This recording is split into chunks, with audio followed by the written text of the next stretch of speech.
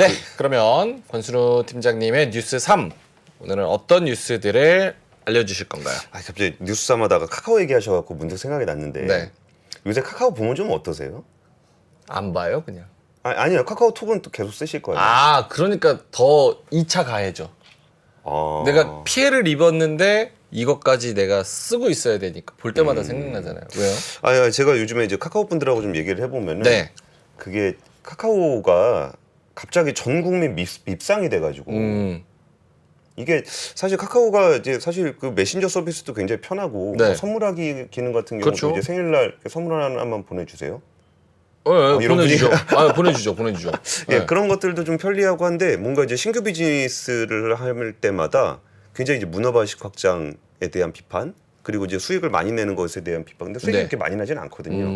그래서 카카오는 이제 뭐 무슨 비즈니스를 하더라도 좀 이렇게 분위기 눈치를 엄청 많이 보게 되더라고요. 오. 그래가지고 좀 그런 고민이 좀 있다고 해서 카카오 주주 입장에서 좀 어떠신가 싶어서 한번 여쭤봤습니다. 아니 약간 그런 거는 있어요. 그러니까 뭐 한다 그러면 카카오니까 그 플랫폼 삼아서 뭘 하겠지라는 생각이 들어도 예.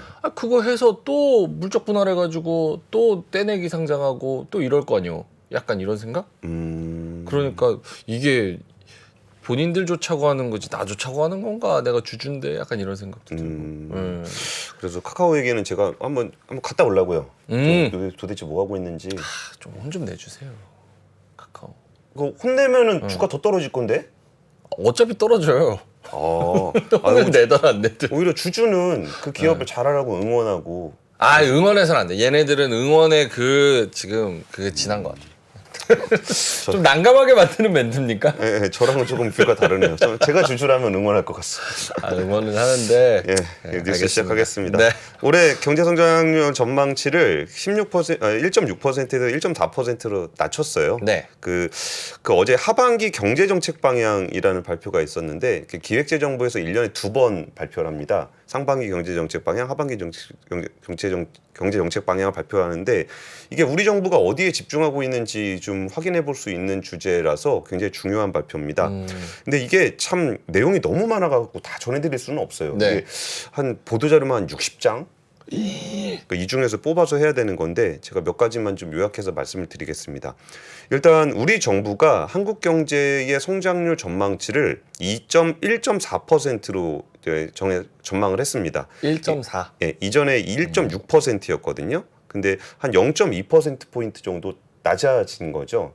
근데 상반기의 경제 상황이 그렇게 좋지 않았다는 점을 감안하면은 하반기를 굉장히 좀 세게 보는 거예요. 그러게요. 예, 이게 다른 전망치하고 비교를 해보면은 KDI나 뭐 경제협력개발기구, 뭐 IMF 이런 데가 한 1.5 정도로 전망을 했거든요. 근데 우리 정부는 한 1.4를 했으니까 뭐 대외적인 전망보다는 약간 보수적인 측면이 있습니다. 한국은행 전망치하고는 같고요.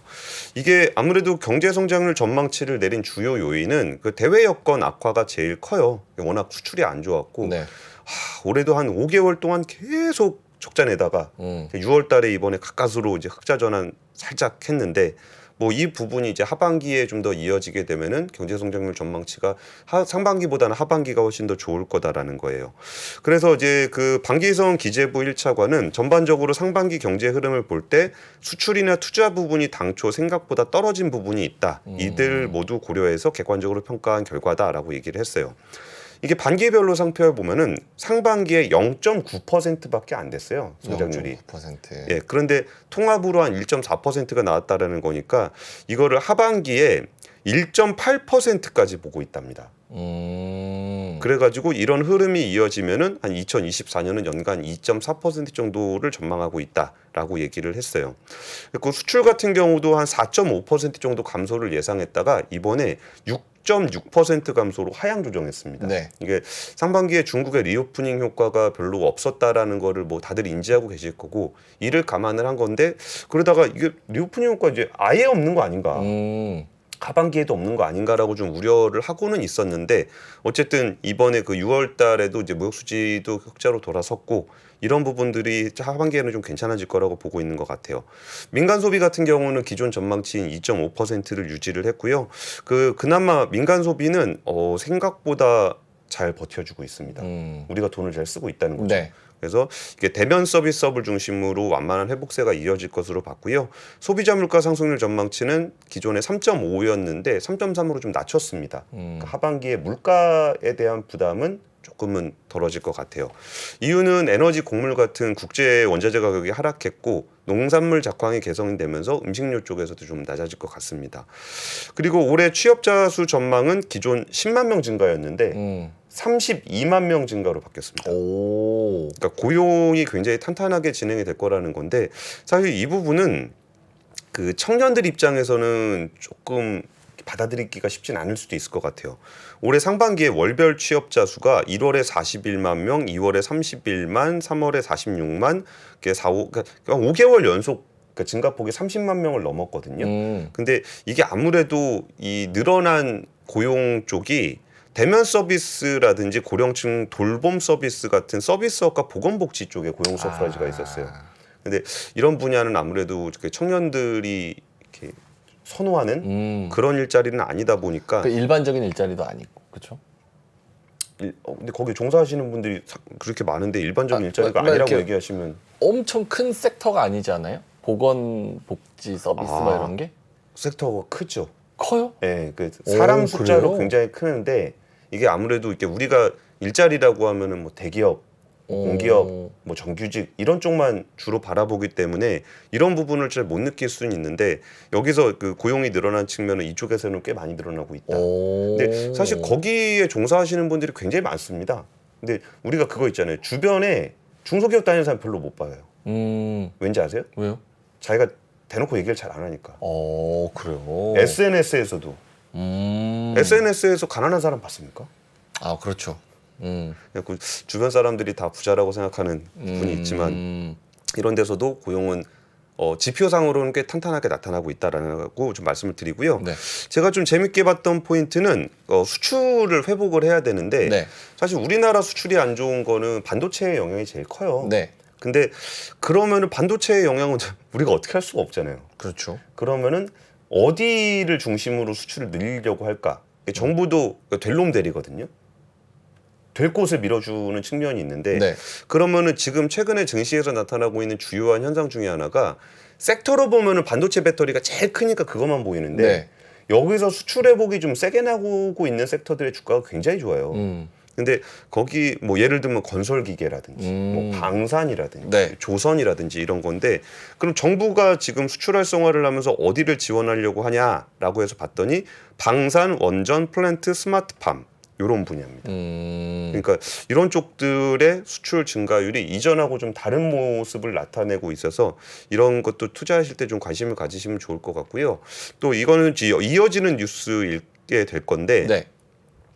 전세금 반환 목적으로 하는 대출. 그러니까 전세값이 많이 떨어져가지고 네. 집주인이 오히려 세입자한테 돈을 줘야 됩니다. 역전세. 예. 그렇게 되는 상황에서 만약에 돈을 못 주게 되면 그러면은 이게 좀 큰일 문제가 나죠. 좀 커지잖아요.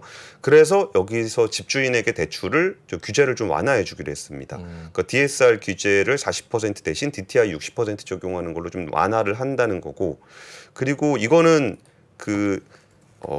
약간 껄끄러울 수도 있는 뉴스고 네네. 이거를 되게 중요하게 생각하시는 분들한테 굉장히 중요한 뉴스인데 증여세의 연부연납 기한을 5년에서 20년으로 연장하겠다. 증여세 를 나눠서 내는 거. 나눠서 내는 거를 5년에서 20년으로. 20년. 예. 여기서 파생되는 문제는 굉장히 많아서 나중에 증여세 관련한 얘기는 한번 따로. 증여세 어떻게 보세요? 증여세 저런 관계 없는 것 같아서 좀 별 관심이 없는데 예. 뭐 근데 어쨌든 뭐 20년 걸쳐서 나눠서 낸다고 하면 좋은 거 아니에요? 약간 그 증여를 하시는 분한테는 좀 좋죠. 네. 그러니까 이게 자본시장에서는 저런 거 좀 있습니다. 왜 대주주는 주가를 내리려고 할까? 뭐예요? 그게 무슨 뜻이에요? 대주주 중에 주가 내리고 싶어하는 사람 되게 많습니다.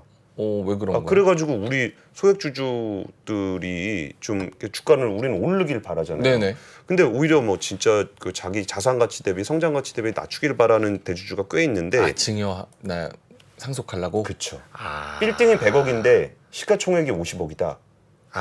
그렇겠네요. 그러면은 그거를 50억에 이렇게 증여를 할 수 있잖아요. 이런 문제들도 사실 얽혀 있는 이슈여서 증여세 같은 경우는 나중에 좀 더 세밀하게 한번 다뤄보도록 하겠습니다. 근데 저 궁금한 거 물어봐도 돼요? 예, 예. 올해 성장 전망 1.6에서 1.4% 낮췄다잖아요. 예, 근데 예. 사실 저기에 반도체 수출이 굉장히 많은 포션으로 들어가 있을 거 아니에요. 그렇죠. 근데 뭐 하반기에 원래 반도체 생각했던 사이클보다 AI가 들어오면서 이 사이클이 더 좀 빨라지면서 바닥을 확인했다 뭐 이런 긍정적인 뉴스들이 많이 나오잖아요. 예, 예. 근데도 올해 초에 예측했던 것보다 더 낮췄다? 저게 어떻게 아구가 맞는 건지 잘 모르겠어요. 아, 이게 AI 쪽은 굉장히 좀 성장하고 있는 산업은 맞아요. 네. 근데 전체 디램이 판매되는 그런 루트를 보면은 뭐 스마트폰, 네네. 노트북, 태블릿, PC 서버. 이런 데 되게 많이 쓰고 그다음에 네. 서버가 있는데 그러니까 이제 AI 쪽이 확대되고 있는 것은 맞지만 기존에 사용하고 있었던 부분들이 좀 약하고 우리가 체감하기 어려운 거는 그래서 보통 반도체 투자하실 때 그 선행 지표로 많이 보시는 부분이 네.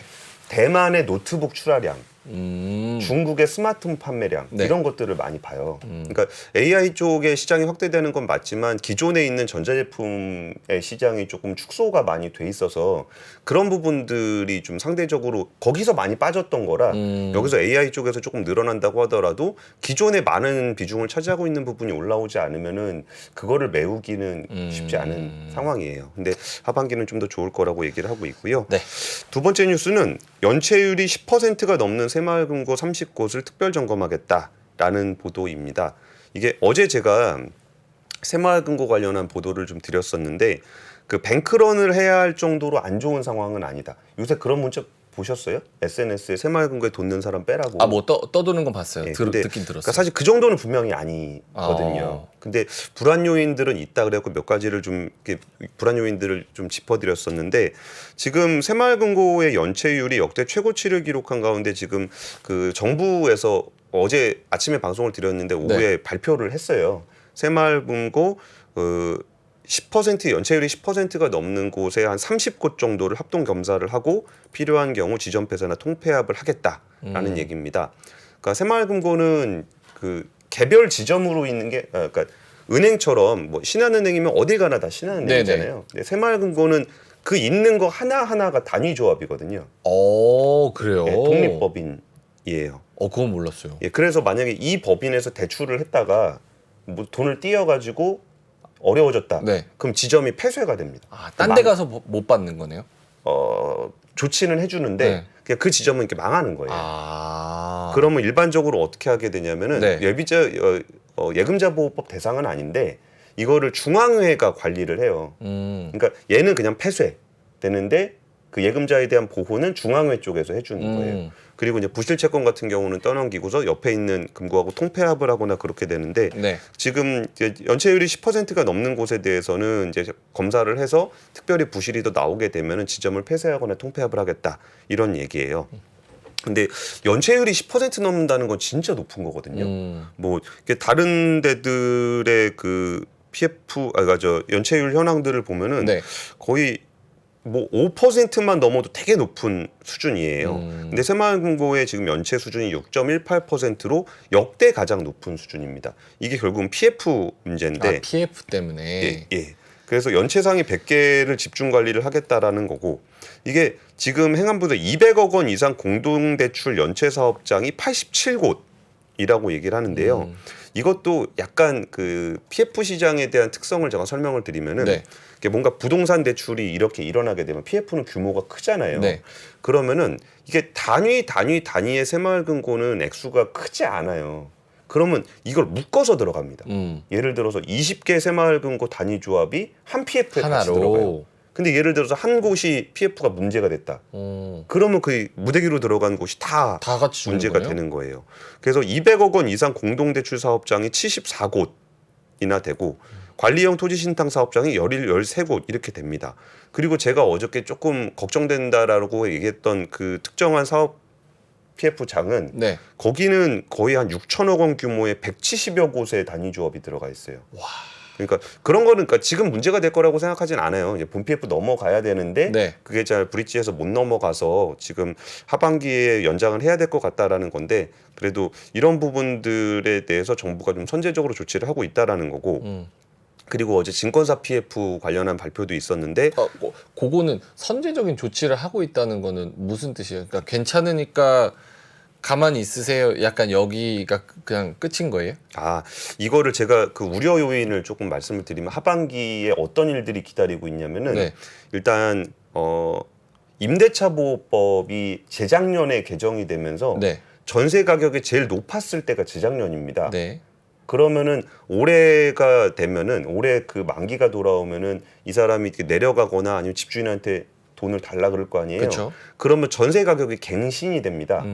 그러면 전반적으로 전세 가격이 좀 떨어지면서 집값을 끌어내릴 수 있는 그런 부동산 시장을 약화시킬 수 있는 요인이 있어요. 사이클이 다가오는군요. 예. 그래서 만기가 돌아오니까. 네. 그래서 만약에 집주인이 이거를 못 갚아주거나 하는 경우에 대비해서 아까 반환금 대출. 반환금 대출을 늘렸던 거고, 또 하나는 그 뭐 서울 지역만 보게 되면 원밸리 입주가 있거든요. 네네. 이게 한 2,990세대 거의 한 3,000세대 가까이 돼요. 그럼 거기서 이렇게 쫙 수요를 빨아들이게 되면 이런 대규모 단지가 한번 그 입주를 하게 되면 주변의 부동산 가격을 좀 낮추는 효과가 있습니다.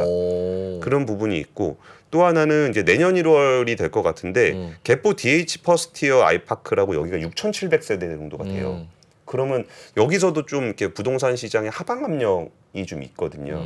그러면 이게 이제 부동산 아파트 쪽에서 분양 시장에서 하방 압력이 생기면 전반적으로 시장을 번지면서 PF 쪽 개발 시장에도 영향을 미칠 수가 네. 있어요. 그러면은 그 개발 시장에서 PF 부실이 발생하게 되면은 새마을금고도. 새마을금고나 금융회사로 전이될 수가 있거든요.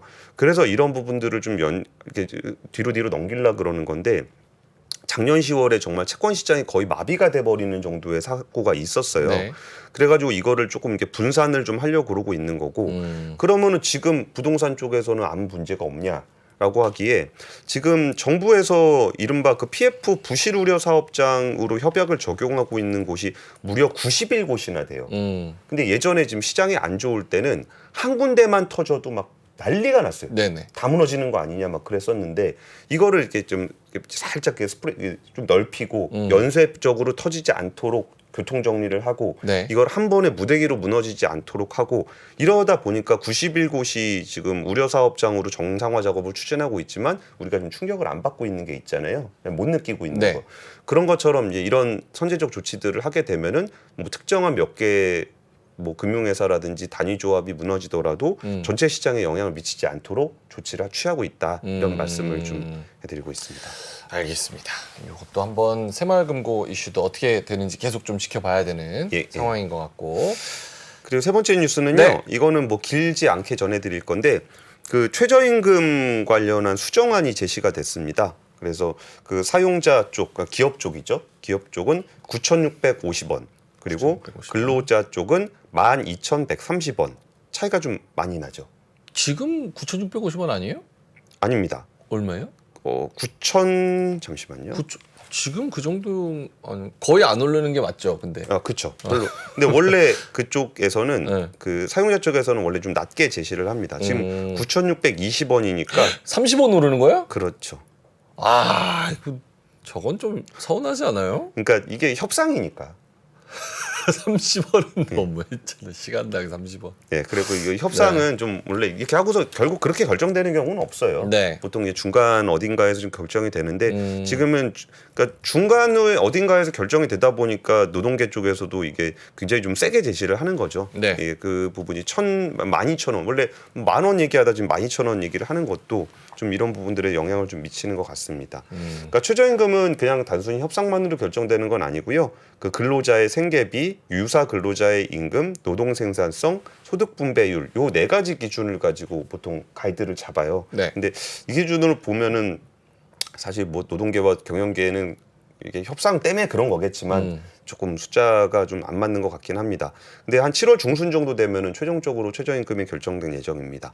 그리고 이거 단신 뉴스 몇 개 좀 전해드리고 네네. 싶은 게 있어가지고, 어제 삼성바이오가 수주 공시를 냈는데 1조 2천억짜리 수주 공시를 냈어요. 와. 이거 저희가 안 그래도 저희 주말에 압권에서 이 CMO 사업에 대해서 좀 녹화를 해놨는데, 와, 이게 1조 2천억짜리. 그러니까 이게 우리가 그 4대 공급망 문제가 반도체, 배터리, 바이오, 히토류거든요. 네. 근데 우리나라가 세 군데를 하고 있는데 배터리하고 배터리하고 반도체 관련해서는 관심이 되게 많은데 네. 바이오는 상대적으로 좀 관심이 좀 덜한 것 같아요. 근데 의외로 이 바이오 쪽 공급망도 우리가 CMO 쪽의 규모가 상당히 크다. 그러다 보니까 이쪽에서 화이자가 한 1조 2천억짜리 계약을 이렇게 턱하니 맡기는 그런 일들도 벌어지고 있어서 이 바이오 쪽 이슈 한번 보시면 좋을 것 같고요. 근데 주가는 왜 못 가는 거예요? 줄까요? 어디 줄까요? 삼성바이오? 삼바도 그렇고 뭐 셀트리온도 그렇고 제약바이오 다 죽었잖아요. 아, 그 부분은 좀 이렇게 길게 설명이 좀 필요할 것 같아서 악권에서 다루긴 할 건데. 악권에서 근데 이게 네. 말씀드리고 싶은 건 뭐냐면은 네. 신약을 개발하는 거하고 약을 개발해서 생산을 하는 거하고 네. 아예 생산만 하는 거하고 바이오 산업도 조금 이렇게 달라요. 반도체도 이렇게 설계만 하는 그쵸. 게 있고 이제 파운드리 만들기만 하는 게 있잖아요. 그래서 그런 거는 바이오 투자하실 때 이렇게 내가 이렇게 어떤 취향에 맞냐. 그러니까 나는 진짜 신약 개발 한번 잘 되면 크게 터지는 그런 걸 바라는지 아니면은 CMO는 이제 위탁 생산을 네네. 해주는 거니까 따박따박 잘 버는 게 좋은지 이런 부분들도 이제 본인의 취향에 맞춰서 하시면 좋을 것 같습니다. 그리고 2차 전지 관련해서는 뭐 뉴스가 그냥 굉장히 규모가 항상 커요. 근데 그게 꼭 셀 회사뿐만이 아니라 밑에 소재 회사들도 굉장히 긍정적인 전망들을 많이 내놓고 있는데 네. 어제 롯데 에너지 머티리얼즈가 25년 수주 잔고를 20조 원 달성하고 네. 28년 점유율을 80%를 달성하겠다라는 발표를 했어요. 롯데 에너지 머티리얼즈가 어디냐면은 옛날에 일진 머티리얼즈입니다. 일진머티. 네, 네. 거기가 동박하는 회사잖아요. 네네. 이거를 롯데가 인수를 해서 이번에 처음으로 발표를 한 건데 수주 잔고 목표를 뭐 지금까지 수주 다 모은 게 15조인데 2년 만에 5조를 더 하겠다라는 거예요. 그러니까 이 정도에 대한 그 자신감을 보이고 있는 거죠. 동박 시장과 배터리 회사가 커지면 당연히 그 소재 회사들도 커지고 네. 동박 회사들의 규모도 굉장히 커지고 있는 거고요. SKC 같은 경우도 2027년까지 소재 산업에 한 6조 정도를 투자해서 매출 11조 원을 달성하겠다라는 목표를 세웠어요. 근데 아까 여기서 5에서 6조 정도를 투자하겠다라는 것 중에 동박 실리콘 응급제 같은 2차 전지 소재, 반도체 소재, 2차 전지 소재에 1조 8천억이 들어갑니다. 그러니까 규모 면에서는 제일 큰 규모죠. 그래서 2차 전지 회사들의 성장성은 도대체 어디까지인가라는 거를 발표가 나올 때마다 좀 다시 보고 있습니다. 네. 알겠습니다. 이렇게 뉴스를 여러 가지 한번 정리를 해 봤습니다. 경제는 계속 이렇게 뉴스가 있어서 좀 재밌는 것 같아요. 공부를 해도 새로운 게 계속 나오고 그렇죠. 몰랐던 게 나오고. 자, 알겠습니다. 뉴스 3 여기서 대충 마무리할까요? 예, 마무리하면 될 것 같습니다. 자, 그러면 다음 코너 마켓 인사이드로 넘어가 보도록 하겠습니다. 예. 복잡하고 어렵게 느껴지는 재무제표와 용어들. 친절한 투자 멘토 사경인 마스터가 매주 새로운 콘텐츠로 알기 쉽게 설명해드립니다. 재무제표 분석과 포트폴리오 구성, 뭐 양대 재무제표라고 그러면 대차대조표랑 손익계산서가 있거든요. 매수 매도 방법, 이때 사는 게 좋겠네. 이렇게 사면 좋겠다. 근데 이렇게 살려면 뭘 해야 되냐면요. 나머지 3분의 1은 놔둬봅니다. 어디까지 가는지. 실전 투자 팁까지 알려드립니다. 오직 3프로 멤버십에서 3%만 만나실 수 있습니다.